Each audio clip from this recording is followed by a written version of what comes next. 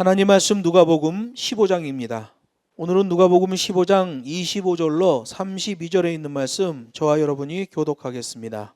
맏 아들은 밭에 있다가 돌아와 집에 가까웠을 때에 풍류와 춤추는 소리를 듣고 한 종을 불러 이 무슨 일인가 물은데 대답하되 당신의 동생이 돌아왔음에 당신의 아버지가 그의 건강한 몸을 다시 맞아들이게 됨을 인하여 살찐 송아지를 잡았나이다 하니 저가 노하여 들어가기를 즐겨 아니하거늘 아버지가 나와서 권한대 아버지께 대답하여 가로되 내가 여러 해 아버지를 섬겨 명을 어김이 없거늘 내게는 염소 새끼도 주어 나와 내 벗으로 즐기게 하신 일이 없더니 아버지의 살림을 창기와 함께 먹어버린 이 아들이 돌아오매 이를 위하여 살찐 송아지를 잡으셨나이다. 아버지가 이르되 예 너는 항상 나와 함께 있으니 내 것이 다 내 것이로되 이 내 동생은 죽었다가 살았으며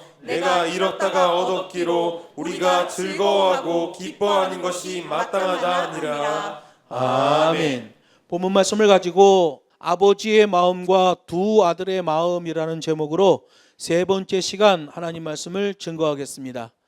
산에 올라가는 등산을 하게 되면 세 가지 법칙이 있어요. 첫 번째가 메아리 법칙이라는 거예요.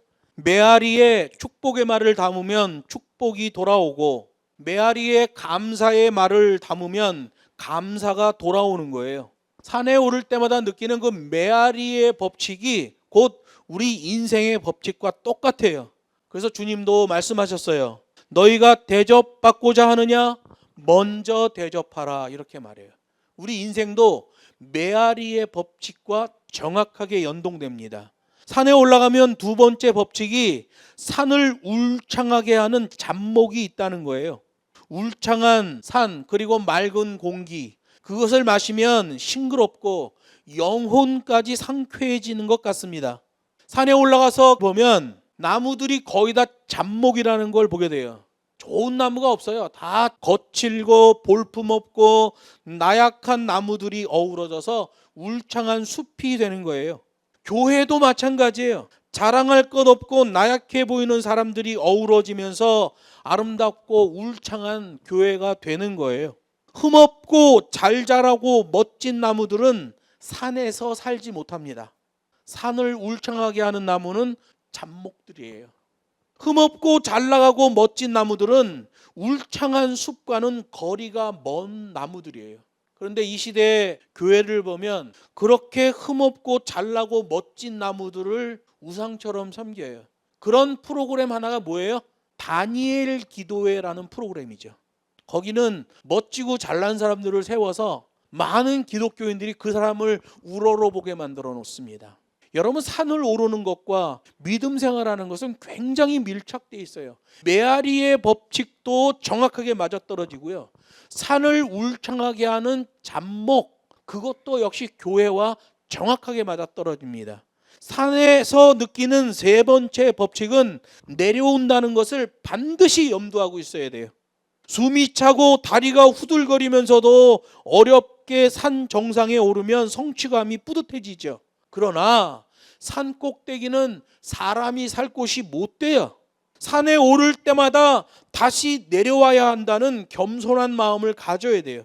내려와야 한다는 것을 항상 염두하고 올라가야 돼요. 그래야 사고가 안 나는 거예요. 산에 올라가다가 가슴이 저려오면 쉬는 게 아니에요. 빨리 내려와야 돼요. 내려오지 않으면 꼭대기에서 죽거나 살았다고 해도 외딴 섬처럼 되는 거예요. 여러분 사람들은 저마다 오르고 싶어하는 자기의 꼭대기가 있어요. 어떤 사람들은 돈을 많이 벌어서 돈을 쌓아놓고 그 꼭대기 위에 내가 서리라 하고 미친 듯이 돈을 버는 사람도 있어요. 어떤 사람은 권력의 꼭대기에 올라가고 싶어해요. 어떤 사람은 명예, 어떤 사람은 성공의 꼭대기에 올라가고 싶어해요. 그러나 인생이 등산과 똑같아서 올라갔으면 내려올 곳도 반드시 계산에다 넣어놔야 돼요. 제가 북경에서 학생들 데리고 무퇴니 산에 한번 올라갔는데 그때 후발대가 올라오다가 길을 잃어가지고 너무 늦게 올라온 거예요. 그러면 빨리빨리 정리하고 내려가야 되는데 준비해온 재무 다 하고 내려가야 된다는 거야. 그 산꼭대기에서 찬양하고 뭐 율동하고 다 하고 내려가야 되는데 내려오는데 벌써 어둑어둑해지는 거예요. 나중에는 사람 찾아다니고 한참 기다리고. 여러분, 산에 올라갈 때는 반드시 내려올 곳을 염두해야 돼요. 산은 특별히 갑자기 어두워지잖아요. 그래서 몇 시에 어두워지냐? 해가 떨어지는 시간이 5시 반이다 그러면 산에서는 무조건 5시까지 내려와 있어야 돼요. 30분 전에는 내려와 있어야 돼요. 왜? 산은 먼저 깜깜해지기 때문에 그래요. 산에 올라갈 때마다 느끼는 3가지 법칙이 메아리의 법칙, 산을 울창하게 하는 잡목, 그리고 내려올 곳을 염두해야 한다. 여러분, 그래서 산은 우리에게 아주 귀한 교과서예요. 산에 올라가는 사람만 이걸 느낄 수 있어. 힘들지만 거기에 오르는 사람들이 이 교훈을 알게 되는 거예요. 여러분, 우리는 이 본문 말씀을 가지고 아버지의 마음을 먼저 살펴봤어요. 사랑이 많으신 아버지, 기다리시는 아버지, 용서하시는 아버지. 둘째 아들의 마음도 살펴봤어요. 자기의 힘으로 성공할 것이라고 생각하고 집을 나가잖아요. 아버지의 사랑도 몰랐고 자기의 연약함도 몰랐어요. 모르다 보니까 비참해졌어요. 오늘은 3번째, 집에 남아있던 큰아들의 마음을 한번 살펴보려고 그래요. 25절 보면 위선적인 마음을 가진 큰아들이라는 걸 알게 됩니다. 탕자가 집을 나갈 때만 해도 이 큰아들의 마음이 드러나지 않죠. 탕자가 돌아오고 아버지가 집에서 잔치를 할 때 일터에 나갔던 맏아들이 돌아옵니다. 밭에 나가서 일하고 온 거죠. 큰아들이 밭에 나가서 일했다고 해서 아버지의 뜻을 받들어서 아버지의 밭에 가서 열심히 일하고 온 게 아니에요. 2번째 아들에게 상속의 재산을 물려줄 때 큰아들한테도 상속 재산을 같이 물려줬어요. 이 큰아들이 밭에 나가서 일을 하고 왔다는 것은 아버지의 밭에서 일한 게 아니라 자기의 밭에서 일한 거예요. 성경에서 말하는 맏아들은 유대 종교 지도자로서 호가호위하던 바리새인과 서기관들을 빗대어 말한 겁니다. 그 유대 종교 지도자들은 예수님에 대하여 늘 못마땅하게 생각했어요. 많은 사람들이 예수님을 추종하고 있잖아요. 가르침이 기가 막히게 좋거든요. 그래서 바리새인과 서기관도 예수님이 가르치는 그 자리에 앉아서 가르침을 듣고 싶은데 그 자리엔 누가 있어요? 세리와 죄인들이 앉아 있는 거예요. 바리새인들이 그게 짜증이 나는 거야. 우리들 같은 깨끗한 종교 지도자들만 모아놓고 예수님이 가르치면 좋겠는데 우리도 예수님의 강의를 듣고 싶어서 예수님 앞에 가서 앉아있으면 옆에 세리, 창기, 죄인들이 가득 앉아 있는 거예요. 자기네들이 멸시하고 미워하는 그런 죄인들이 와서 앉아 있으니까 늘 예수님에게 불평을 했지요. 겉으로는 하나님께 순종하는 것 같은 종교 지도자들이에요. 율법에 충실한 것 같은 종교 지도자들이에요. 그러나 하나님이 보실 때는 아니죠. 맏아들이 보이는 이런 위선적인 태도, 동생이 돌아온 사건을 통해서 적나라하게 드러나고 있는 거예요. 여러분, 바리새인들은 자신들의 교리를 지지하고 신봉할 자를 얻기 위해서 열심히 전도했습니다.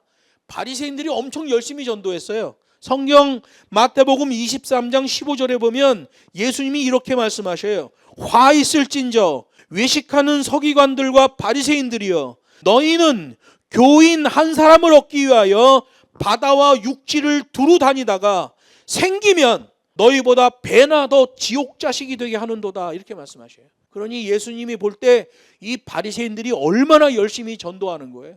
여러분, 이 시대에 전도한다고 하는데 영혼 구원의 뜨거운 마음으로 전도하는 게 아니라 교세를 뿔리기 위해서 전도하는 그런 교회들이 굉장히 많이 있어요. 특히 교회들마다 강단에 써놓은 슬로건, 표어를 보면 목사의 욕심이 아주 많이 묻어나는 그런 표어를 붙여놓은 교회들을 보게 됩니다. 바리새인들도 그랬다는 거예요. 자신들의 교리를 지지하고 자신들의 교리를 신봉해 줄 자를 찾기 위해서 바다며 육지를 두루 다녔다는 거예요. 그러다가 어떤 사람이 바리새인 교리를 신봉하고 지지하는 자가 나오면 그를 열심히 제자 양육했는데 배나 더 지옥 자식이 되게 하는도다. 바리새인보다 더 뜨거운 가짜 믿음을 갖게 한다는 거예요. 여러분, 이 시대에 감성주의 믿음을 가진 많은 기독교인들을 보면 참 답답해요. 또 어떤 교회가 어떤 프로그램을 돌려서 어떤 행사를 한다고 할 때 참 답답해요. 저거 왜 하나 싶을 정도의 일들이 너무 많이 있다는 거예요. 26절에 보면 무관심과 적개심을 가진 큰아들을 보게 됩니다. 큰아들이 집에 왔는데 집에서 잔치하는 소리가 들리는 거예요. 그래서 누구한테 물어봤어. 묻다라는 헬라어는 에핀다데토라는 말을 쓰는데요. 미완료형이에요. 미완료형은 계속 물어봤다는 거예요. 이놈한테도 물어보고 저놈한테도 물어보고 도대체 이게 어떻게 된 거냐. 그런데 이 에핀다데토라는 말은 조사하다, 신문하다 라는 뜻을 갖고 있어요. 그냥 물어본 게 아니라 아주 용의주도하게 물어봤다는 거예요.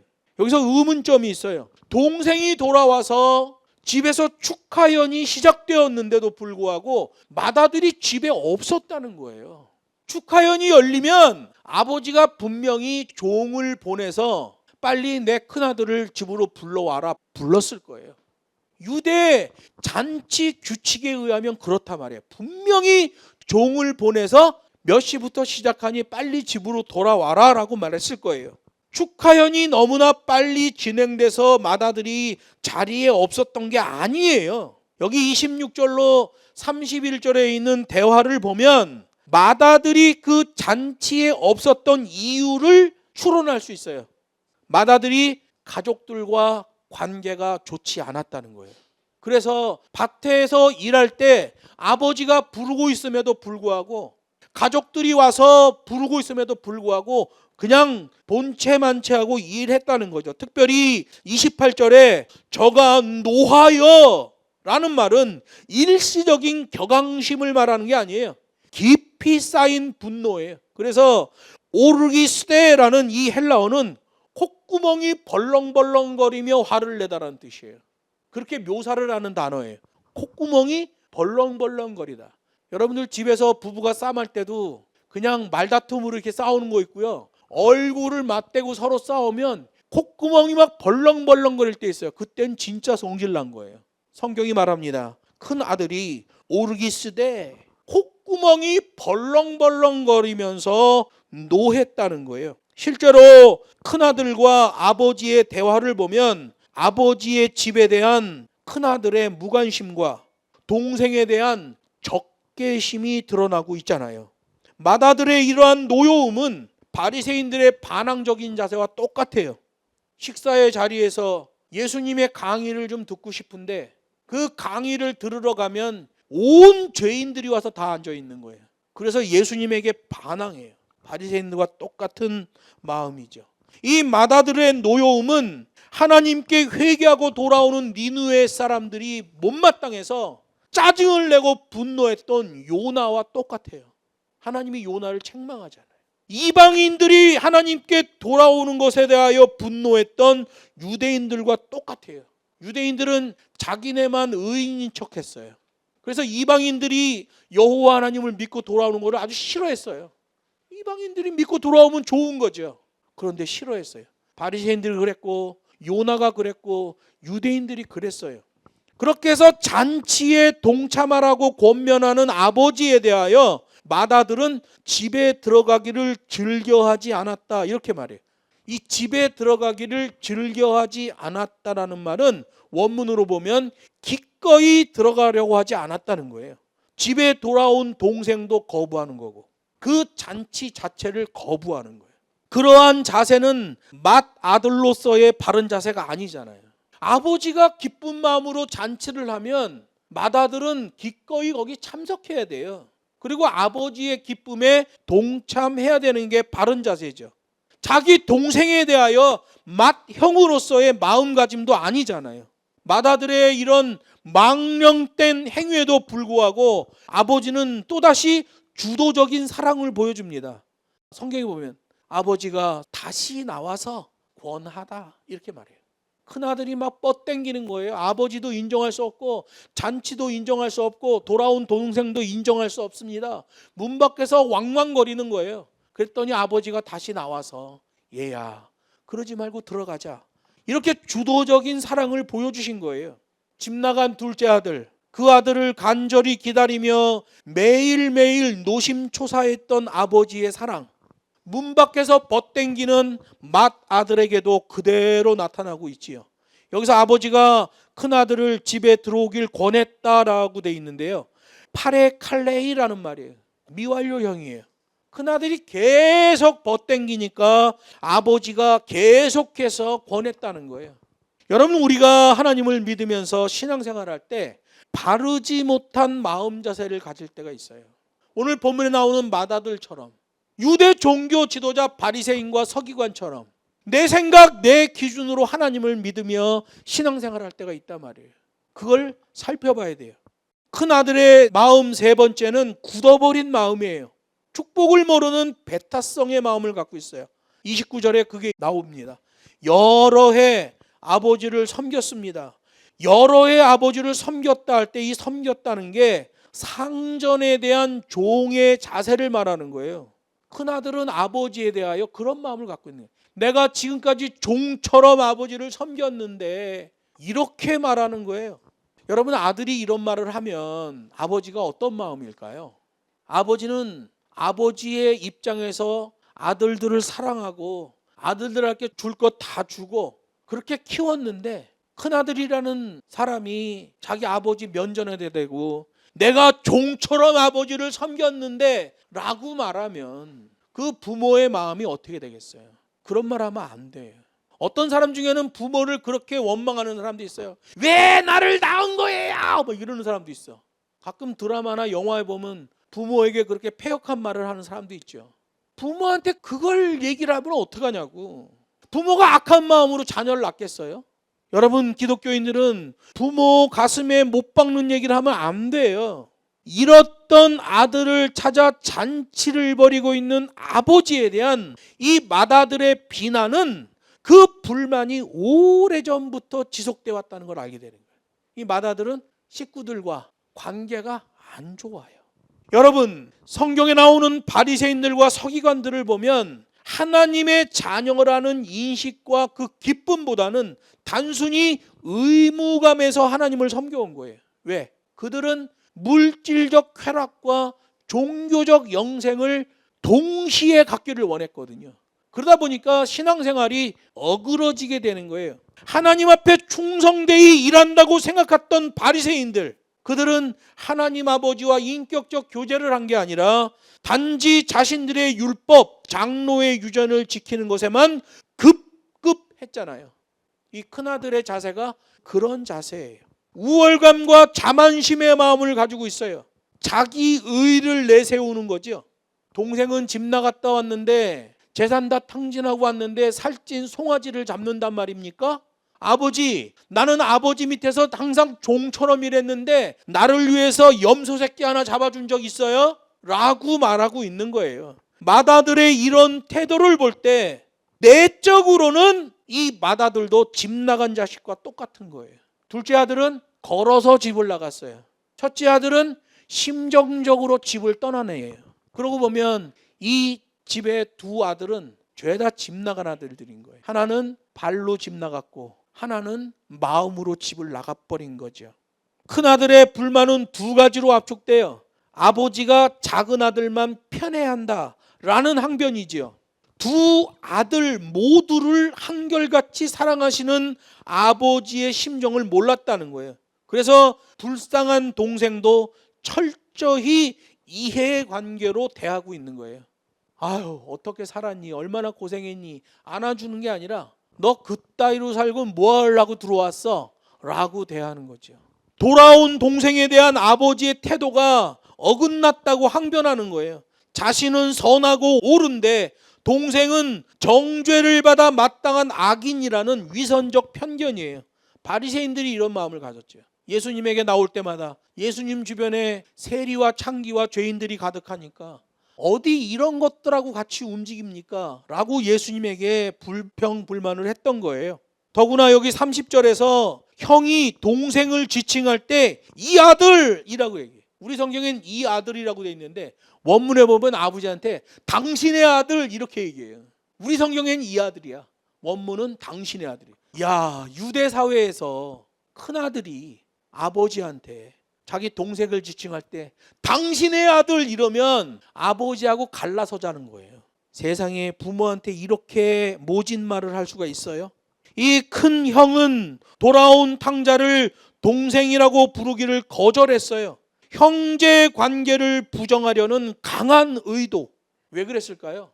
지금 동생은 자기 몫을 다 탕진하고 왔잖아요. 동생이 집에 돌아와서 잔치를 했어. 그러면 아버지가 큰아들한테 야, 너의 분깃에서 얼마큼을 동생한테 띄워줘라. 이렇게 할 수도 있잖아요. 동생이 나간 다음에 집안의 기득권은 다 자기가 잡고 있는데 동생이 들어왔으니 기득권의 일부를 또 동생에게 줘야 된다는 그런 불안감도 나타나는 거예요. 이런 경멸적인 어투는 바리새인과 서기관들이 세리와 창기를 못된 죄인이라고 부른 것과 같은 말이에요. 큰아들이 그렇게 자기 동생을 향하여 아버지에게 당신의 아들이라고 지칭하니까 아버지가 32절에서 그 말을 교정해 줍니다. 맏아들의 표현을 교정해요. 내 동생이 아니냐 말씀을 맺습니다. 누가복음 15장의 이 비유는 돌아온 탕자의 비유로 알려져 있지만 엄밀하게 보면 두 아들 모두가 잃어버린 아들들이에요. 방탕함으로 모든 재산을 탕진하고 아버지께 돌아온 둘째 아들, 탕자 맞습니다. 또한 큰아들도 진정한 의미에서 아버지를 제대로 모르는 자였고 역시 심정적으로는 집 나가버린 잃어버린 아들이에요. 집을 나갔던 둘째 아들도 또 집에 있었지만 위선, 무관심, 적개심까지 품었던 맏아들도 아버지의 사랑 앞에서 자세를 낮춰야 돼요. 다행히 둘째 아들은 집에 돌아와서 자세를 낮추죠. 나를 종들과 함께 여겨주십시오 라고 자세를 낮춰요. 돌아와요. 이 큰아들도 돌아와야 돼요. 그런데 성경에 보면 그냥 이렇게 문 밖에서 짜증내고 불평하고 당신의 아들 막 이러 여기까지 그려지고 없어. 집에 들어간 게 안 나와. 그럼 이 큰아들은 돌아오지 못한 아들이죠. 둘째 아들도 첫째 아들도 처음부터 아버지의 말씀을 잘 듣고 실천했다면 그런 불미스러운 일들이 벌어지지 않을 것이에요. 그럼에도 불구하고 아버지는 계속해서 아들들에게 바른 자세를 권면하잖아요. 하나님 앞에서 순종하고 부모에게도 몹쓸 말과 행동을 하지 않는 우리 그리스도인들이 돼야 돼요. 이 큰아들과 작은아들을 볼 때 이 아버지가 속이 썩어 문드러졌겠구나 라는 생각이 드는 거예요. 아버지의 마음을 기억하고 하나님 아버지께서 주시는 복과 은혜를 풍성하게 누리는 저와 여러분 되기를 주 예수의 이름으로 축복합니다.